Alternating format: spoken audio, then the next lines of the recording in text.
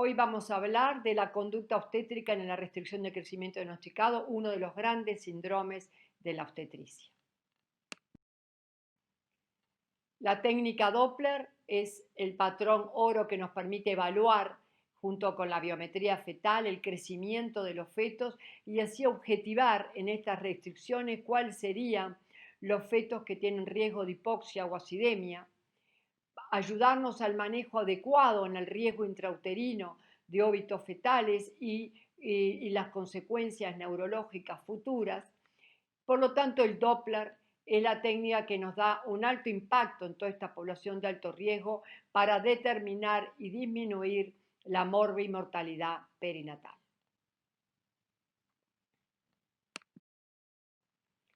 Restricción del crecimiento que puede estar asociada a otro gran capítulo que son los pequeños paladar gestacional. Los pequeños paladar gestacionales que pueden ser constitucionales, pequeños o tanto los pequeños en las restricciones se pueden deber a veces a malformaciones, a grandes síndromes génicos, infecciones, anomalías cromosómicas. ¿Cuál es nuestro marcador para determinar cuando un feto es pequeño o hay una restricción? Es el peso fetal que va evolucionando y terminamos en un P3. Muchas veces tenemos un peso fetal menor al percentil 10 y ya empiezan alteraciones en el patrón y lo vamos siguiendo a estos fetos para ir viendo el momento oportuno para la interrupción del embarazo. Una de las causas fundamentales para la restricción del crecimiento es la insuficiencia placentaria. Cuando tenemos fetos que presentan insuficiencia placentaria, tenemos unas restricciones del crecimiento precoz. Estas restricciones del crecimiento precoz, que se definen antes de las 32 semanas, por medio del patrón Doppler vamos a ir evaluando los distintos sectores hemodinámicos del feto y nos va mostrando la adaptación de ese feto a la disminución del crecimiento, a la distribución del gasto cardíaco, la policitemia, toda la alteración fetal que va llevando el feto por esta insuficiencia placentaria. Y esto nos determinaría la restricción del crecimiento precoz. La dividimos en precoz y tardío porque tienen diferentes patrones Doppler y diferencias en las conductas obstétricas a tomar. Así que entonces, por un lado, tenemos los pequeños paladar gestacional, aquellos fetos que van creciendo en un percentil 10 con un patrón Doppler normal y que pueden ser constitucionales, sin ninguna otra patología asociada, o que pueden ser pequeños porque tienen alguna patología asociada como síndrome génicos o alguna alteración cromosómica. Por otro lado, tenemos las restricciones del crecimiento, fetos con restricción del crecimiento que según la edad gestacional pueden ser precoz o tardía. La precoz, la que sucede previa ante las 32 semanas de gestación, directamente asociada a una insuficiencia placentaria en fetos que son normales, que no presentan anomalías estructurales, ni cromosomas, ni génicas, asociada a una insuficiencia placentaria, y son estos fetos que nosotros vamos a ir controlando con el patrón Doppler para tomar una decisión en la conducta obstétrica. Posteriormente tenemos las restricciones de crecimiento tardía, que son después de las 32 semanas y que no obedecerían a una insuficiencia placentaria. Muchos de ellos tienen patrones Doppler normales. Pequeños paladar gestacional que se pueden transformar en restricción de crecimiento tardía, sí, de ahí que tenemos que nosotros ir a hacer un buen seguimiento de estos pequeños de edad gestacional con el patrón Doppler y la biometría fetal para ir viendo qué porcentaje de ellos se va alterando y nos va dando una restricción del crecimiento tardío. Así se dividen con restricción de crecimiento precoz ante las 32 semanas, basándonos en la circunferencia abdominal por debajo del percentil 3, el peso fetal por debajo del percentil 3 y con alteraciones Doppler porque evidentemente hay una insuficiencia placentaria, es el patrón de la arteria umbilical el que nos da el patrón oro para indicarnos el grado de insuficiencia placentaria, ya que a mayor insuficiencia placentaria vamos a tener menos diástole en el patrón de la arteria umbilical. La restricción tardía, que después de las 32 semanas, por supuesto que hay una biometría fetal que está por debajo del percentil 3, el crecimiento en la circunferencia abdominal puede estar menor al percentil 10, pero tenemos un patrón Doppler en la arteria umbilical que es normal muchas veces de ellos, en la mayoría de las veces, porque no obedece justamente a una insuficiencia placentaria, por lo menos que no está determinada ni marcada todavía por el Doppler en la arteria umbilical. Estos fetos los vamos a seguir fundamentalmente para ver la evolución hemodinámica con la relación cerebro-placentaria para ir viendo su evolución. Las restricciones del crecimiento, este síndrome obstétrico que ustedes saben que tiene un índice de muerte perinatal aumentado, una vez que los diagnosticamos, cuando están por debajo del P3, tienen 20 veces el índice de muerte perinatal, de riesgo de muerte perinatal. Si tenemos distintos grados de percentil 10 puede estar asociado con 8 veces mayor la mortalidad perinatal. Por lo tanto, tenemos que hacer un gran control estricto hemodinámico para ver el momento de la interrupción del embarazo. Por supuesto que además hacer un balance con lo que es el parto de pretérmino y la restricción del crecimiento.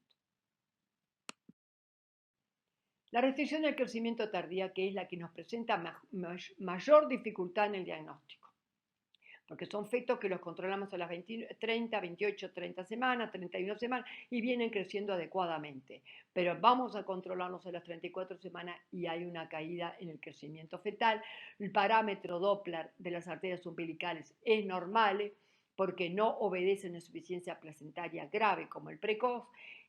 Pero ¿qué pasa con estos fetos? Son fetos que tienen mínima tolerancia a la hipoxia, entonces son fetos que identificarlos como restricciones tardías es de suma importancia para controlar la hemodinamia de estos fetos de cerca para obtener una evaluación correcta.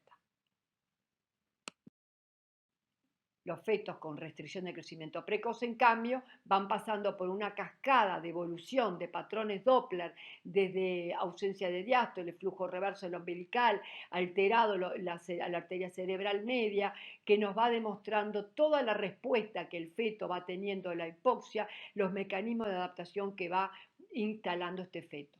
Reserva que no tienen los fetos con restricciones de crecimiento tardío. La arteria umbilical como patrón oro recomendación A en el control del diagnóstico y pronóstico de la insuficiencia placentaria. Menor diástole, mayor insuficiencia placentaria. Y así van a seguir estos bebés cuando hay una gran insuficiencia placentaria, la cascada de esta que vimos de descentralización, aumento en la arteria cerebral media, vasodilatación, disminución del crecimiento, hasta la alteración de los flujos venosos y la alteración en los cardiotocogramas computarizados. La arteria cerebral media entonces es la que mejor expresa los cambios adaptativos. Fetos que empiezan a adaptar toda circulación, redistribuyen su flujo y envían mayor cantidad de flujo a la arteria cerebral media, aumentándose la diástole, como se ve aquí al final, comparado con una diástole precoz. Muchos pequeños para la edad gestacional, decíamos que tenemos que ir controlándonos de cerca porque nos presentan todo un patrón Doppler normal, pero pueden al final de la gestación instalar una restricción tardía. Y ahí sí alterar el índice cerebroplacentario, el índice en las arterias umbilicales, y muchas veces en ellos lo que altera es la arteria uterina, que sería la que nos llevaría muchas veces a la restricción de crecimiento tardía. Y por supuesto el crecimiento que venía normal cae por debajo del percentil 3. Así tenemos que buscar el patrón de la arteria uterina y vemos que el índice de pulsatilidad puede ser mayor a un percentil 95. ¿Cuál es el índice, el marcador Doppler que nos va a ayudar en toma de conducta en la restricción de crecimiento tardía?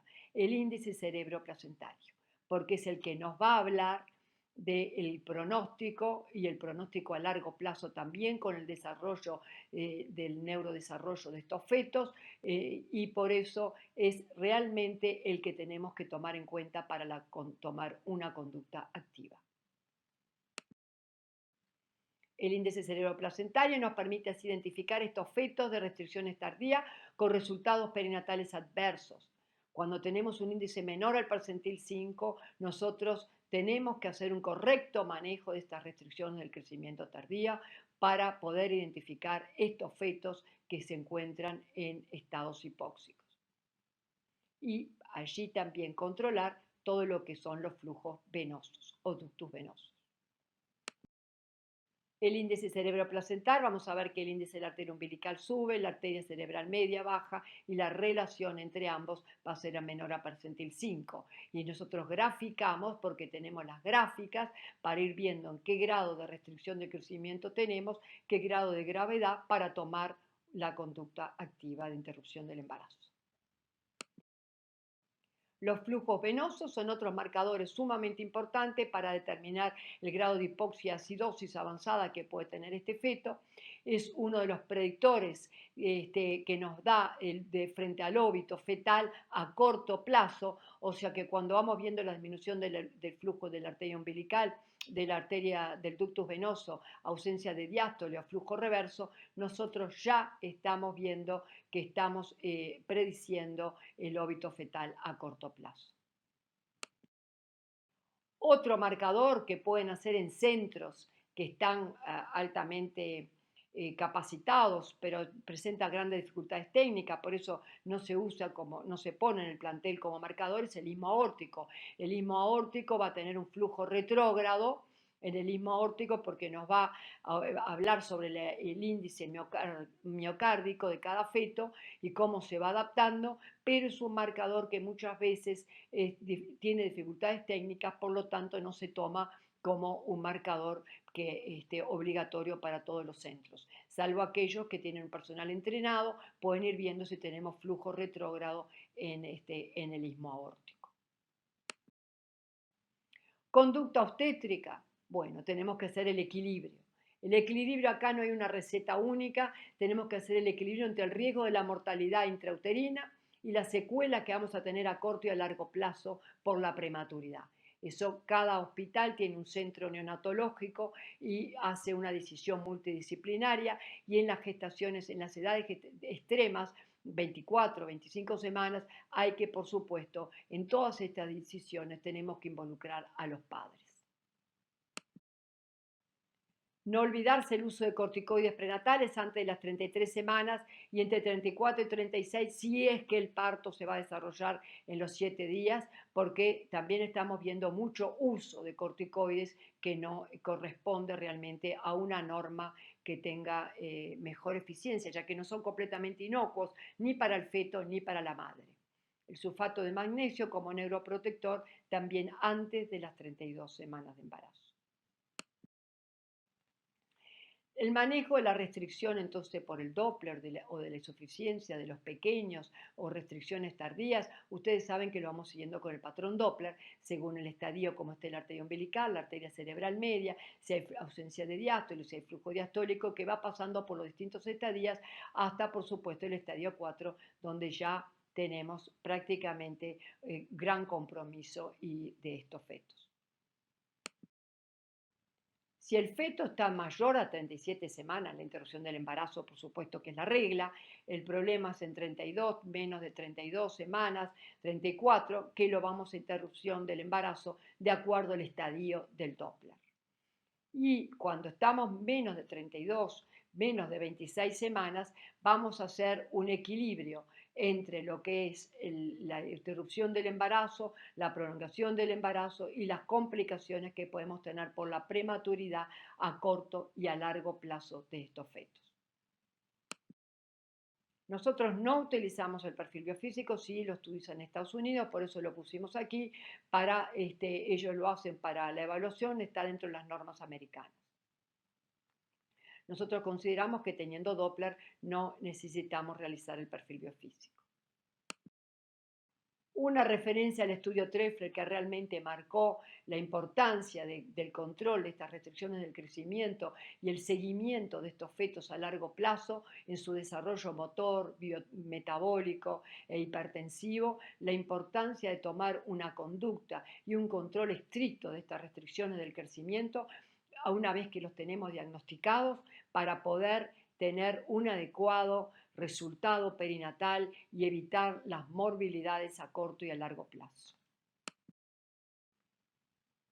que fue lo que pretendió este estudio, y sabiendo que hacía énfasis en lo que es tomar la determinación con el ductus venoso, los cambios del ductus venoso, la cardiotocografía computarizada que nosotros no tenemos, para poder resolverlos a estos fetos en el tiempo indicado. Muchas gracias. Para nosotros la diferencia de pequeño paladar gestacional, restricción del crecimiento severa con el compromiso que tiene Doppler precoz y muchas veces de causa de comorbilidad materna, y lo que es identificar el desafío más grande, que es identificar la restricción del crecimiento tardío, que no va asociado con una insuficiencia placentaria como es la del precoz, y por eso muchas veces nos cuesta diagnosticarlo, pero ya diagnosticarlo y hacerle un seguimiento para determinar una interrupción adecuada y disminuir la morbimortalidad de estos fetos es lo que tenemos que tomar en cuenta y prestar mucha atención. Muchísimas gracias.